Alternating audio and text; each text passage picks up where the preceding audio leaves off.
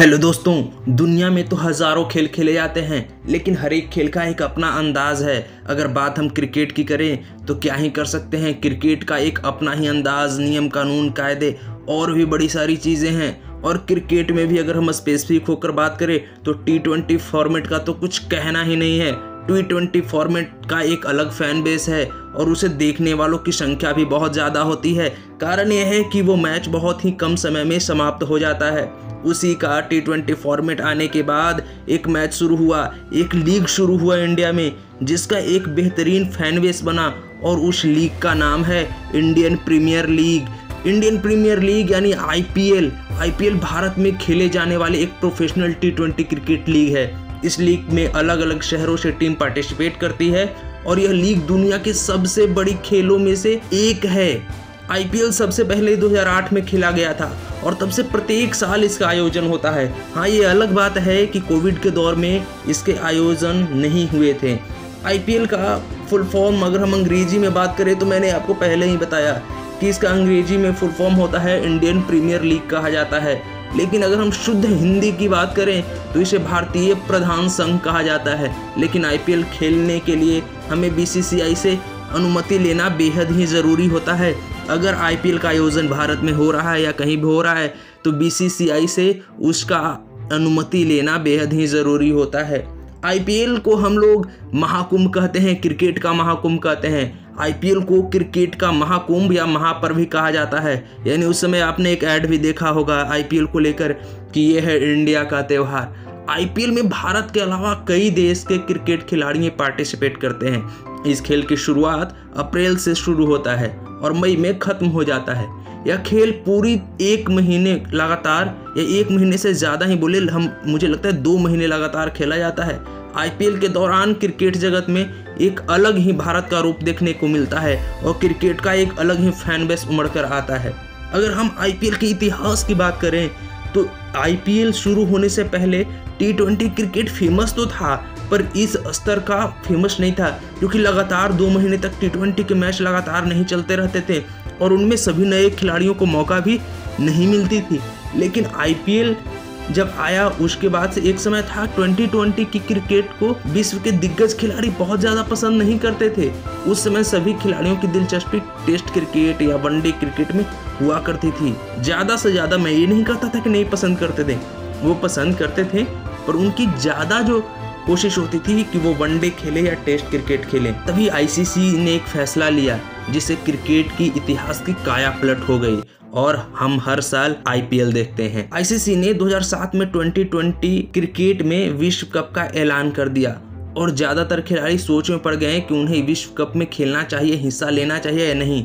सभी खिलाड़ी यही सोच में थे कि 20-20 ओवर के मैच में क्रिकेट में उनका गेम खराब हो सकता है, जिसकी वजह से भारत के उस समय के कई दिग्गज खिलाड़ी 2020 विश्व कप में हिस्सा नहीं लिए। उस समय भारत की टीम लगभग युवा खिलाड़ियों से भरी हुई थी, जिसकी अगुवाई नए ताजा तरीन आए महेंद्र सिंह धोनी कर रहे थे। महेंद्र सिंह धोनी के हाथों में क्रिकेट का उस समय 2020 का भार दिया गया, जिसके बाद सबको लगने लगा था कि शायद उनका करियर इसी पे खत्म हो जाए। लेकिन 2020 में महेंद्र सिंह धोनी ने बेहद ही शानदार परफॉर्मेंस दिया और भारत की युवा टीम ने वर्ल्ड कप 2007 में अच्छा प्रदर्शन देने के साथ साथ विश्व कप यानी वर्ल्ड कप भी उस साल घर ले आए, जिससे भारतीय क्रिकेट की तस्वीर की काया पलट हो गई। इससे प्रेरित होकर BCCI के सदस्य रहे ललित मोदी ने एक प्रस्ताव पारित किया। यह प्रस्ताव भारत की घरेलू T20 लीग का था, जिसे आज हम लोग जानते हैं IPL के नाम से। IPL आने के बाद सभी खिलाड़ी पार्टिसिपेट करने लगे।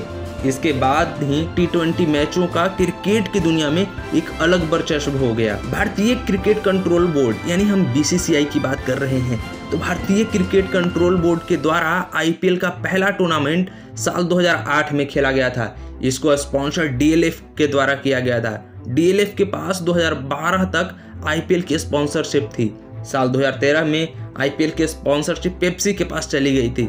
इसे टेक ओवर करने के लिए पेप्सी के द्वारा करीब $72 मिलियन का भुगतान किया गया था और 2 साल तक यह सिलसिला चलता रहा, जिसके बाद साल 2015 में IPL के स्पॉन्सरशिप एक स्मार्टफोन ब्रांड वीवो कंपनी के पास चली गई थी। लेकिन ये भी कॉन्ट्रैक्ट सिर्फ उनके पास 2 साल ही रहा और 2016 के बाद वीवो ने यह स्पॉन्सरशिप छोड़ दिया था। जब हम आईपीएल खेलते हैं तो एक नाम आता है विवेक शाह का। विवेक शाह आईपीएल टीम के संस्थापक सदस्य थे और मुंबई इंडियंस के मुख्य मालिक नीता अंबानी के साथ इनका संचालन भी कर रहे थे। विवेक शाह और नीता अंबानी ने साथ मिलकर मुंबई इंडियंस टीम को बनाया था और इस टीम ने आईपीएल के 10 सीजन में से 5 बार जीता था। इस टीम ने 2013, 2015, 2017, 2019 और 2020 की आईपीएल ट्रॉफी अपने नाम की थी। आईपीएल की शुरुआत क्यों हुई, ये बहुत रोचक बात है, वो मैं आपको बताने जा रहा हूँ। आईपीएल की शुरुआत 18 अप्रैल 2018 को हुई थी। इसकी शुरुआत तब की गई थी ताकि भारत में क्रिकेट के लवर्स के लिए एक नया और रोचक प्लेटफॉर्म प्रदान किया जा सके। लेकिन इस लीग का मुख्य उद्देश्य भारत में अलग अलग जो छोटे स्तर पर जो खिलाड़ी खेल रहे हैं उनको मौका देना था, साथ ही क्रिकेट को एक बिजनेस का रूप देना था। अगर यहाँ क्रिकेट का लीग होगा, बाहर से आएंगे लोग देखने, अगर लोग देखेंगे तो वो खर्चा जो करेंगे, अपना खर्च तो उस स्टेडियम के आसपास करेंगे और स्टेडियम में टिकट लेंगे, तो जो नए उभरते हुए खिलाड़ी हैं उनको मौका दिया जा सकता है और उनके लिए ये बेहद ही बेहतरीन मौका साबित हो सकता है। इसके अलावा भारतीय क्रिकेट को आर्थिक रूप से मजबूत करने के लिए और इंटरनेशनल टीम में बात करें तो मुश्किल से 11 की जगह 15 का स्थान होता है, तो बहुत सारे खिलाड़ियों को वो अपनी प्रतिभा दिखाने का मौका नहीं मिलता है।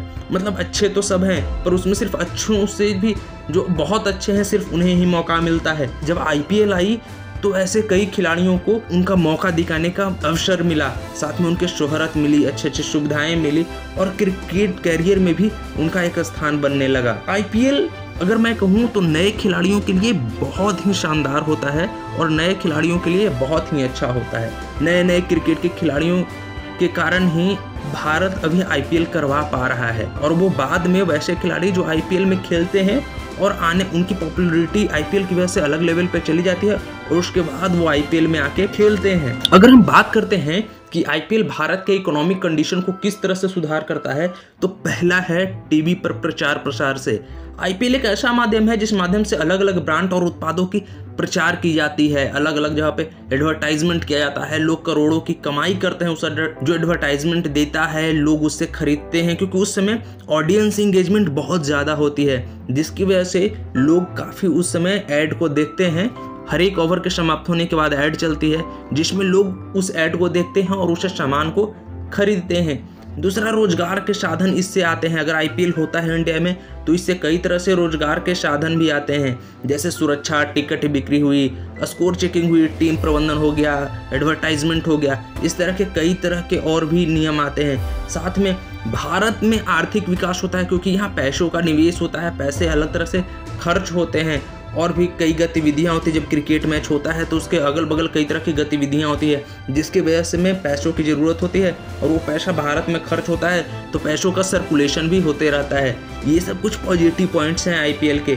अगर हम कुछ नियम की बात करें तो साधारण नियम ही होते हैं, जो क्रिकेट के नियम अप्लाई होते हैं वही नियम आईपीएल में भी, क्योंकि आईपीएल भी एक क्रिकेट का ही पार्ट है तो वही नियम अप्लाई होते हैं।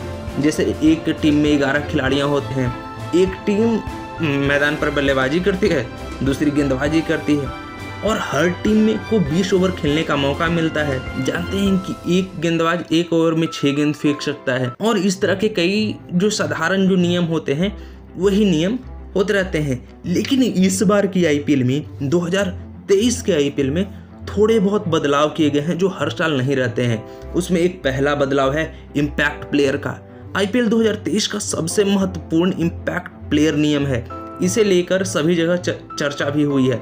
मैच के दौरान प्रत्येक टीम में एक खिलाड़ी मैच के दौरान में वह टीम बदल सकती है। अगर मान लीजिए कि टीम में 4 विदेशी खिलाड़ी शामिल किए गए हैं तो वह इम्पैक्ट प्लेयर के रूप में 5वें विदेशी खिलाड़ी का भी इस्तेमाल नहीं कर पाएगी, लेकिन इसके अलावा कोई और खिलाड़ी इस्तेमाल कर सकते हैं।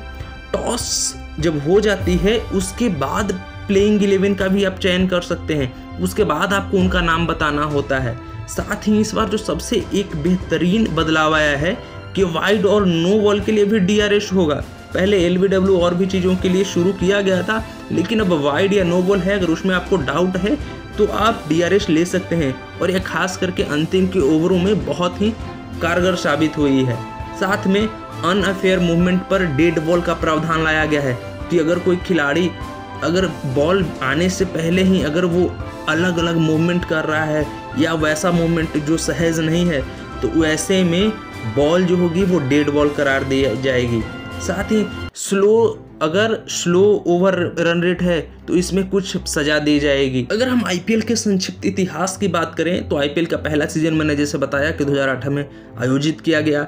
उस समय सिर्फ 8 टीमें ही शामिल की गई थी, जिसमें Kolkata night Riders, Mumbai Indians, Chennai super king, royal challenger Bengaluru, Rajasthan Royals, Kings 11 Punjab, Delhi Daredevils. अगर हम आईपीएल में इनाम क्या दिए जाते हैं, अगर आप आईपीएल जीत जाते हैं उसके बाद कितने पैसे मिलते हैं आपको, वो सुनने के लिए तो हर कोई बेताब होगा।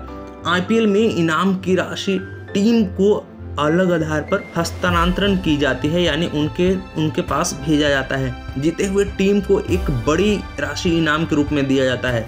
टीम में शामिल होने वाले प्रत्येक खिलाड़ी को अलग अलग इनाम राशि के तौर पर मिलता है। आमतौर पर टॉप खिलाड़ियों को अधिक इनाम मिलता है, जिन्होंने ज़्यादा बेहतर परफॉर्मेंस किया हो, जिन्होंने ज़्यादा रन मारा हो, ज़्यादा विकेट लिया हो। इनाम की राशि भी सालाना बदलते रहती है।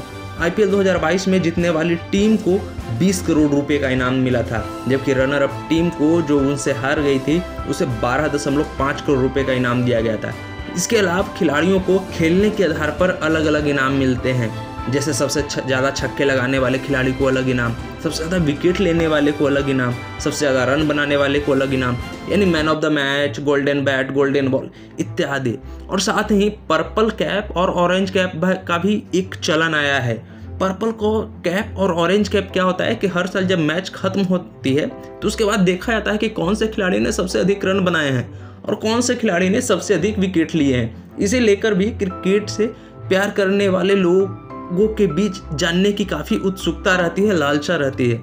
इस मैच में सबसे ज़्यादा अधिक रन बनाने वाले खिलाड़ी को, यानी उस पूरे सीरीज में जो खिलाड़ी सबसे ज़्यादा रन बनाता है उसे ऑरेंज कैप दी जाती है, और दूसरे खिलाड़ी जो सबसे ज़्यादा विकेट लेते हैं पूरे सीरीज में, पूरे मैच में, उन्हें पर्पल कैप दी जाती है। आईपीएल की अगर हम सबसे सफलतम टीम की बात करें कि आईपीएल की सबसे सफलतम टीम कौन है, तो वो 2 ही टीम का नाम आएगा जिसे हर कोई जानता है, मुंबई इंडियंस और चेन्नई सुपर किंग। इन दोनों टीमों का आईपीएल इतिहास सबसे शानदार रहा है। मुंबई इंडियंस ने 5 बार और चेन्नई सुपर किंग ने भी 4 बार आईपीएल का खिताब अपने नाम किया है। इसके बाद कोलकाता नाइट राइडर्स ने भी आईपीएल 2 बार जीता है। ये हो सकता है, ये मैं 2020 तक के आंकड़े आपको बता रहा हूँ। सबसे ज्यादा तो मजा तब है कि आपने जीतने वाले टीमों के बारे में तो जान लिया, लेकिन आईपीएल में सबसे ज्यादा हारने वाली टीम कौन सी है? आईपीएल में सबसे ज्यादा हारने वाली टीम दिल्ली कैपिटल्स है।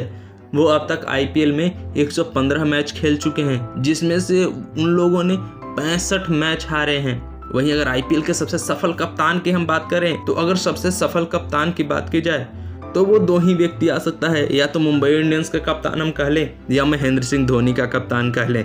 आप किसके फैन हैं, आप वो कमेंट में लिखकर बताइए कि आखिर सबसे बड़ा जो फैन बेस है वो किनका है, और आईपीएल के सबसे सफलतम कप्तान किसे मानते हैं। तो वहीं अगर आईपीएल की सबसे ज़्यादा नाकामयाब टीम की अगर हम बात करें तो वो कौन सी होगी? अगर आईपीएल टीम के पूरे इतिहास की बात की जाए तो सबसे ज़्यादा नाकामयाब टीम हम और आप सभी जानते हैं, रॉयल चैलेंजर बेंगलुरु। लेकिन एक अलग बात है कि रॉयल चैलेंजर बेंगलुरु अभी तक आईपीएल इतिहास में एक भी ट्रॉफी अपने नाम नहीं कर पाई है, लेकिन उनका फैन बेस इतना तगड़ा है कि उनके फैन हर साल उन्हें उत्साहित करने के लिए आते हैं, और वो चाहते हैं कि इस साल तो कम से कम आरसीबी यानी रॉयल चैलेंजर बेंगलुरु कम से कम एक खिताब जीत कर जाए, इस खिताब को अपने नाम कर जाए। इस साल का भी हालत, 2023 की भी हालत देखकर यही लग रही है कि इस साल भी यह खिताब रॉयल चैलेंजर बेंगलुरु से बहुत ही दूर है।